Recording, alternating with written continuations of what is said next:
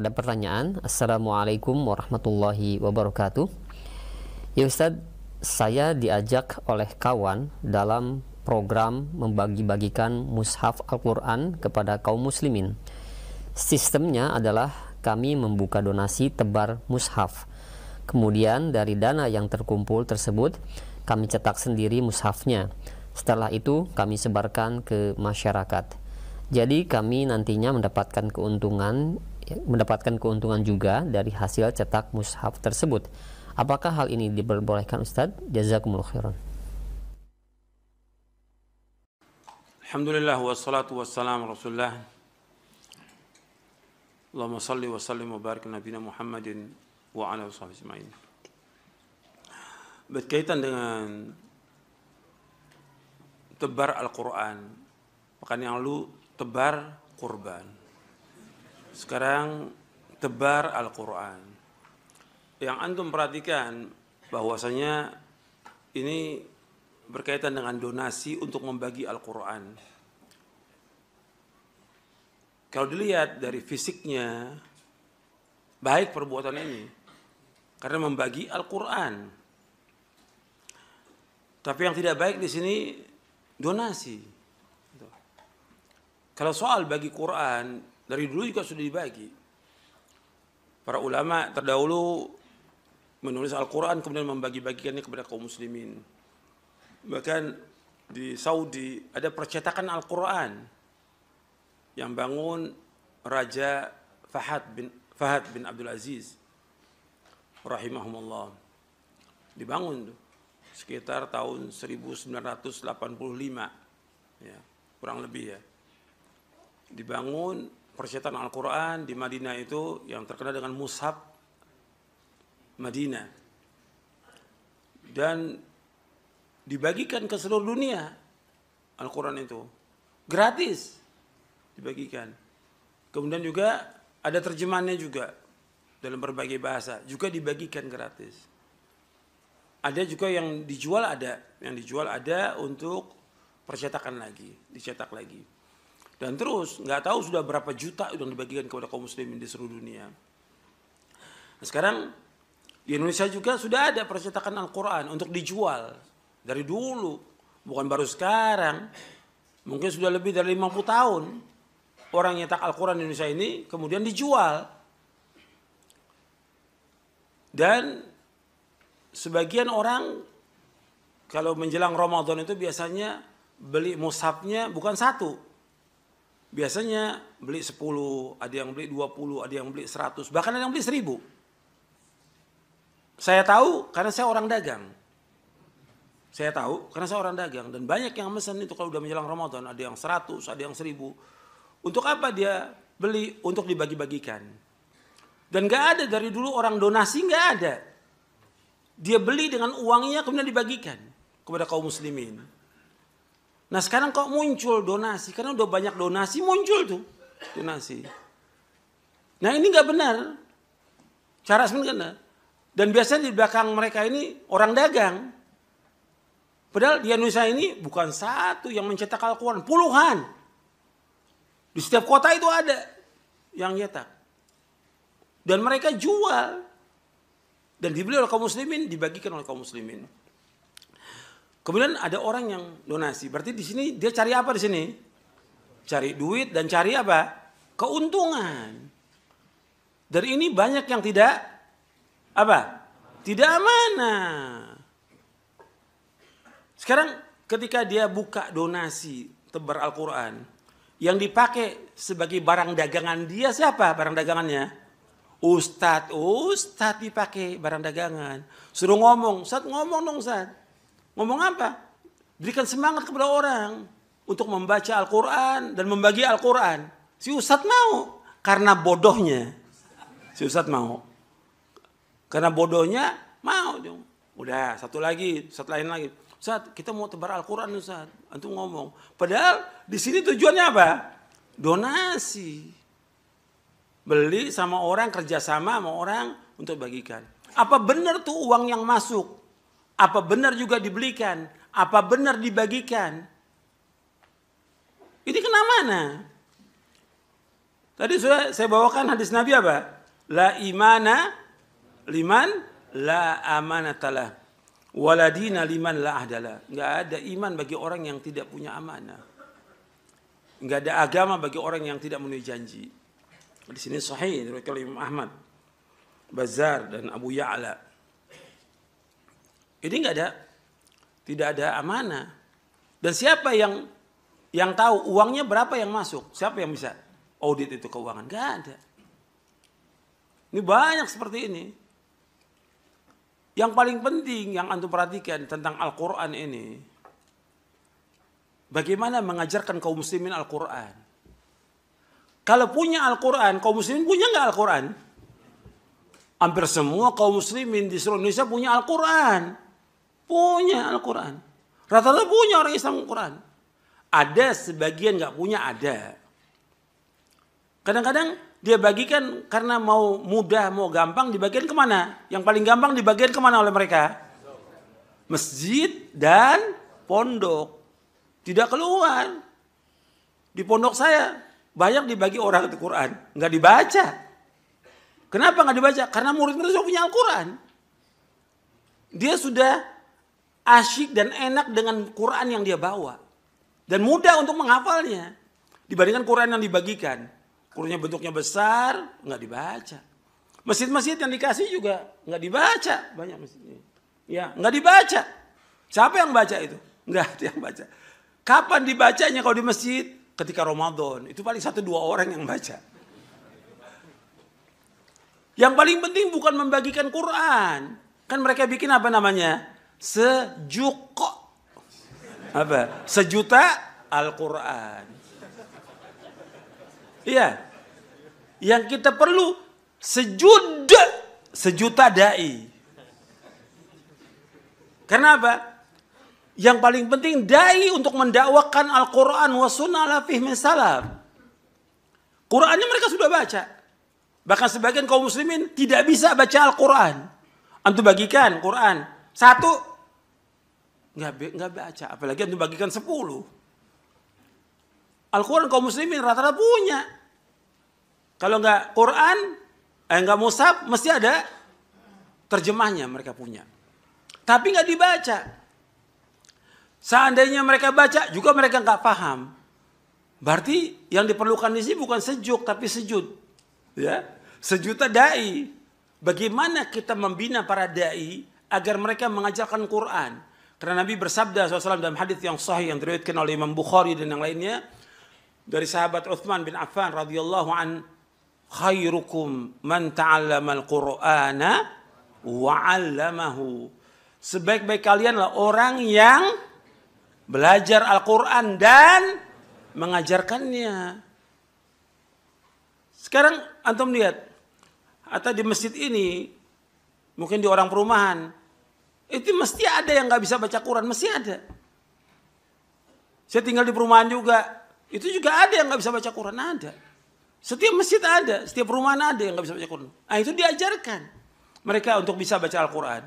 Kemudian setelah itu mereka diajarkan tentang apa? Yang paling penting tentang apa? Tauhid. Bukan tebar Quran. Tapi bagaimana kita menyekolahkan anak-anak itu sehingga mereka paham Quran, kemudian mereka mendakwakan ke daerahnya. Seperti di awal tadi yang saya sebutkan. Belajar tafaquh fi din untuk apa? Liyunziru qaumahum idza raja'u ilaihim la'allahum yahdharun. Mereka belajar tafaquh Quran dan sunnah, mereka belajar memahami Quran. Kemudian untuk mengancam kaum mereka apabila mereka pulang kepada mereka, agar mereka kaum itu berhati-hati, tidak berbuat syirik, tidak berbuat bid'ah, tidak melanggar batas-batas Allah. Diancam mereka. Kalau Quran aja yang dibagikan Quran ini nggak bakal mereka baca. Tapi bagi yang punya program ini, yang mereka dapat apa di sini? Duit, keuntungan. Dan akan ditanya oleh Allah dari kiamat nanti. Akan ditanya oleh Allah. Ini duit kaum muslimin. Dibelikan Quran atau tidak? Dibagikan, diajarkan atau tidak? Yang paling diajarkan. Karena Nabi bersabda, khairukum man ta'allama al-Quran wa 'allamahu. Sebaik-baik kalian orang yang belajar Quran dan mengajarkannya. Kalau ini dibagikan, nggak ada yang mengajarkan, Gak ada manfaat sama sekali bagi Quran. Gak ada manfaat. Yang kita perlu dai yang belajar Quran Sunnah pahami salaf, yang mengajarkan umat Islam ini Al-Quran dengan benar. Karena banyak juga kiai yang mengajarkan Quran banyak, tapi mereka takwil. Mereka memalingkan Al-Quran dari artinya kepada arti yang lainnya. Mereka nggak percaya tentang Allah di atas arsy. Itu harus diajarkan. Bukan dengan membagikan Quran. Dari segi fisiknya, bagi Quran bagus kan, Quran dibagikan. Tapi bagaimana orang membaca Quran nggak tahu. Banyak yang nggak bisa baca. Di kota aja, di kota. Saya bilang kan di sini ada sebagian nggak bisa baca Quran. Di perumahan saya yang saya tinggal juga ada sebagian nggak bisa baca Quran. Belum apalagi daerah. Sekarang apa manfaatnya? Akhirnya apa? Qurannya disimpan di atas lemari. Kan Quran harus paling atas. Terus karena ini Quran kita barokah, dibungkus sama dia. Ada nggak? Ada. Lu saya pernah lihat kok. Gitu. Quran dibungkus. Dulu waktu saya masih kecil, lihat dibungkus. Lu gimana Quran dibungkus atas lemari? Ini. Kalau udah gitu, dibaca nggak? Nggak dibaca. Kapan dibacanya? Ramadan. Lama-kelamaan jadi apa ini? Jadi jimat. Jadi jimat. Padahal ini Al-Quran disuruh baca. Nabi menyuruh SAW, Iqra'ul Quran fi syahr. Baca Al-Quran selama sebulan. Artinya hatamkan Quran sebulan. Iqra'hu fi ishrina layla. Hatamkan Quran selama 20 hari. Iqra'u fi ashrin, hatamkan Quran selama 10 hari. Iqra'u fi sab'in, hatamkan Quran selama sepekan. Wala tazil, jangan lebih daripada itu. Ini hadis sahih Bukhari, Muslim dan yang lainnya. Sekarang baca enggak? Sekarang yang tebar Quran, baca Quran apa enggak tuh? Yang tebar Quran. Kebanyakan enggak baca. Cari duit. Ini udah enggak benar, donasi enggak benar ini. Karena ini uang kaum muslimin. Antum perhatikan Nabi SAW sudah mengingatkan kita. Di dalam ketika Nabi haji ya, menunaikan ibadah haji, Nabi ingatkan inna dima'akum wa amwalakum wa aradakum haramun alaikum kahurmati yaumikum hada fi syahrikum hada fi baladikum hada. Sesungguhnya harta kalian, sesungguhnya darah kalian, harta kalian dan kehormatan haram. Bagaimana haramnya hari ini? Artinya uang kaum muslimin itu haram. Gak boleh kita ambil. Gak boleh sama sekali. Antum mengambil uang kaum muslimin. Dan antum akan ditanya oleh Allah. Sekarang uang kita nih saya ingatkan juga pada yang donasi-donasi ini. Uang kita, sekarang kita punya uang. Umpamanya kita punya uang 100 ribu. Nanti akan ditanya oleh Allah uang kita yang ada 100 ribu. Dari mana itu? Min aina iktasaba wa fima anfaqah. Dari mana diperoleh uang itu dan kemana dihabiskan. Untuk uang kita. Kalau 100 ribu. Kalau 1 juta. Akan ditanya lagi dari mana itu. Kalau 10 juta. Lebih lagi pemeriksaannya. Kalau umpamanya 1 miliar. Lebih lagi ketat pemeriksaannya. Kalau 1 triliun. Lebih lagi pemeriksaannya. Makanya antara orang kaya dan orang fakir. Perbedaan hisapnya 500 tahun. Kenapa? Dari mana tuh uang itu? Akan tanya. Ini uang kita. Sekarang uang orang. Apa nggak berat tuh nanti dari kiamat dia? Uang orang. Bukan 1 orang. Berapa ribu orang tuh yang donasi nyumbang. Akan ditanya oleh Allah. Kemana uang itu? Makanya para dai juga harus ingatkan. Bukan diam. Ini masalah uang kaum muslimin. Antum ambil uang kaum muslimin. Dan kita nggak bisa percaya. Kenapa? Udah banyak yang pengkhianat. Udah banyak. Dalam dakwah ini pengkhianat, ustadz yang ngambil uang orang juga ada. Dai yang ngambil uang orang banyak, udah puluhan. Di mana? Ya nyata di lapangan. Karena kan banyak ustadz ini nggak ke lapangan. Diam di pondok, udah nggak kemana-mana. Atau yang keluar dakwah balik lagi, nggak pernah tahu tuh di masyarakat gimana. Saya udah buktikan ada, yang maling ada. Yang khianat ada. Yang bohong ada. Banyak yang bohong. Yang robah rekening juga ada. Ini udah seperti ini. Antum hati-hati dong. Jangan open donasi nggak apa-apa, open donasi. Antum siapa? Rasul bawa dalil. Dalilnya siapa? Waktu Rasulullah SAW menganjurkan untuk sedekah, Rasulullah sebagai apa? Ulul amri. Antum sebagai apa? Bukan ulul amri. Ketika para masyayikh menjelaskan tentang tabaruat, bolehnya tabaruat, boleh. Jum'iyatu khairiyah, boleh. Mereka katakan apa? Harus dapat izin dari siapa? Ulul amri. Semuanya mengatakan. Bahkan yang terakhir, Syekh Fauzan mengatakan tidak boleh. Tidak boleh. Ngambil uang orang nggak boleh. Kenapa? Banyak yang khianat. Ini Syekh telepon, ada videonya. Nggak boleh. Karena banyak yang. Kalau di Saudi seperti itu, apalagi dia Indonesia, semua UUD, ujung-ujungnya duit semuanya. Ini nyata. Dan banyak yang khianat dari mulai ini sampai atas banyak yang khianat. Jangan antum buka, jangan. Jangan antum memberikan orang jadi khianat, jangan. Tutup semua tuh, jalan-jalan itu tutup. Karena memang tidak ada yang seperti itu. Kecuali ulul amri, itu urusan dia. Kalau kita dai, kewajibannya tadi di awal apa? Nuntut ilmu, kemudian apa? Dakwah. Bukan cari duit, bukan kumpulkan donasi. Ini ada sebagian orang yang memang niatnya baik. Kita ambil yang niatnya baik dulu deh.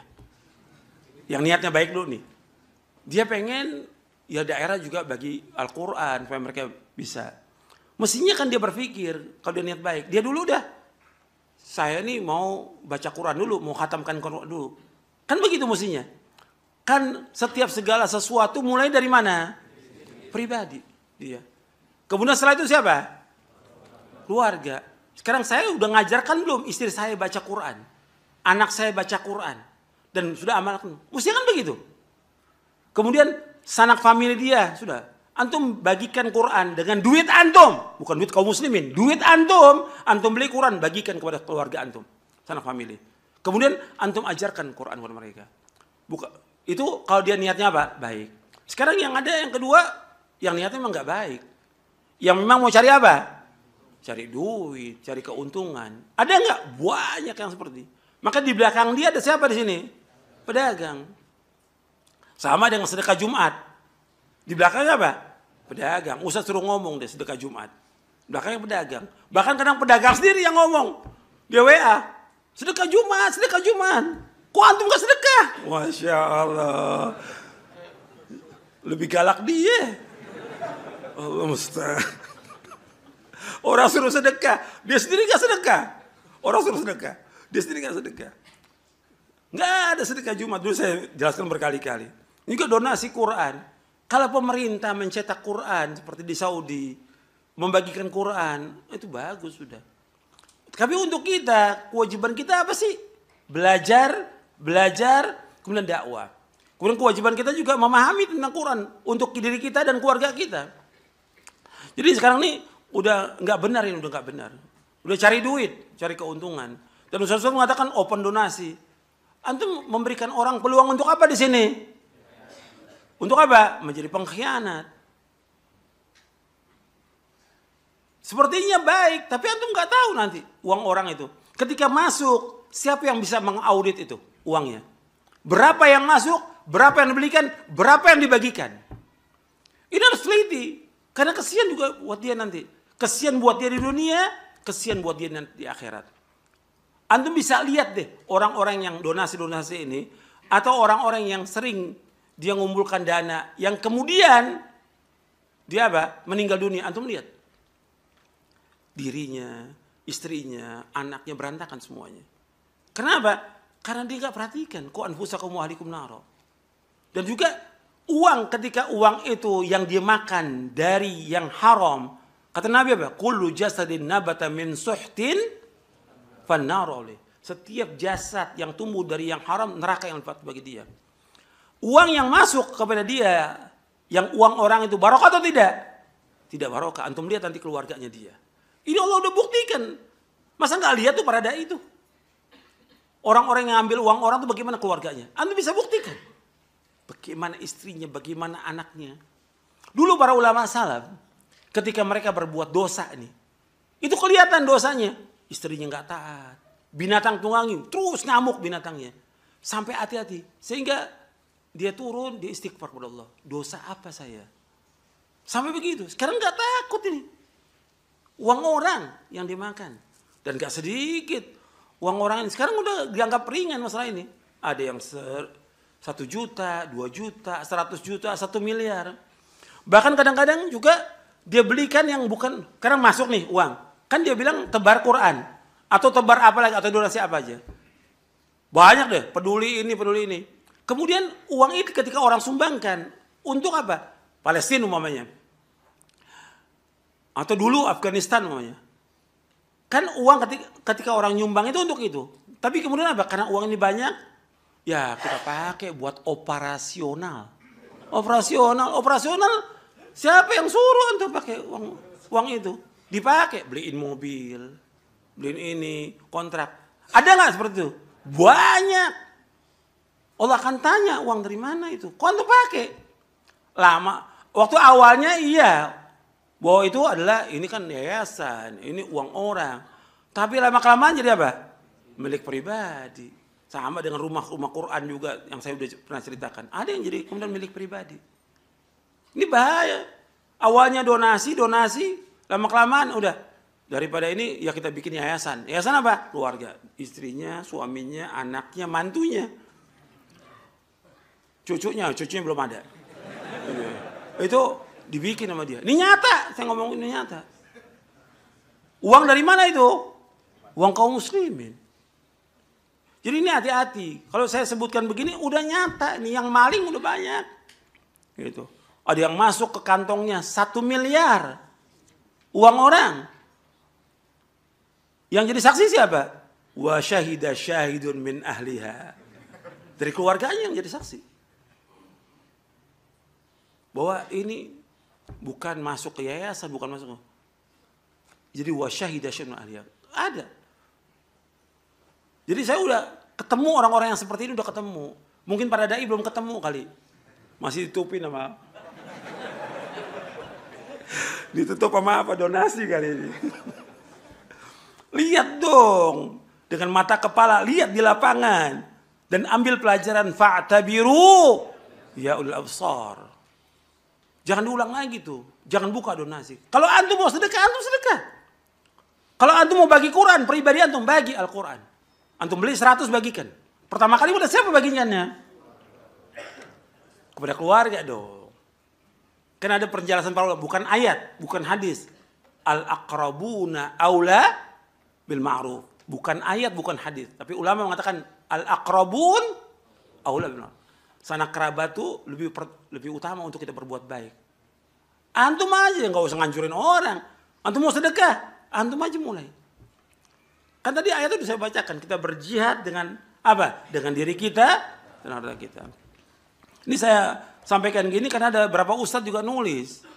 Ada yang ceramah open donasi, ada yang dianjurkan sedekah di Facebooknya. Antum nggak lihat di masyarakat sih, gitu. Atau memang si ustadz ini hidupnya dari donasi. Gitu. Ini kan berbahaya buat dia, hidup dari donasi. Antum gak punya maisha, antum cari donasi dari orang. Antum berharap donasi. Ini berbahaya buat dia. Antum harus ingatkan. Harus tahdir orang-orang ini. Dan sebutkan. Kalau dia maling, sebutkan maling dia. Kalau ngambil uang orang. Harus jelas. Supaya apa? Orang berhati-hati. Gak ngambil duit kaum muslimin. Jadi antum hati-hati deh sekarang ini. Ada yang amanah, ada, bukan tidak ada. Tapi kan sedikit. Dari ratusan itu kan sedikit yang amanah. Jadi kita hati-hati. Siapa yang mau periksa duitnya itu? Audit duitnya siapa? Dibelikan atau tidak? Disampaikan atau tidak? Tapi yang paling penting tadi apa? Orang mengajarkannya. Saya pikir cukup udah panjang bener ini soal donasi ini. Udah berulang-ulang. Tapi sebagian ustadz nggak paham-paham. Saya nggak tahu tuh. Karena mungkin dia kena kali ya dengan nasihat ini. Mesti kan kalau orang kena nasihat terima kan. Sami'na wa ata'na, istighfar kepada Allah, bersihkan dirinya dari uang-uang yang tidak jelas itu supaya tidak dihisap oleh Allah. Mesti begitu. Kan kewajiban para dai mengingatkan. Ya kan? Wa dzakir fa inna dzikra tanfa'ul mu'minin. Mudah-mudahan yang saya sampaikan bermanfaat untuk saya dan untuk sekalian. Kurang lebihnya saya mohon maaf. Wassalamualaikum Muhammadin sallallahu alaihi wasallam. Subhanakallahumma bihamdik asyhadu an la ilaha illa anta astaghfiruka wa atubu ilaik. Assalamualaikum warahmatullahi wabarakatuh. فقلت استغفروا ربكم إنه كان غفارا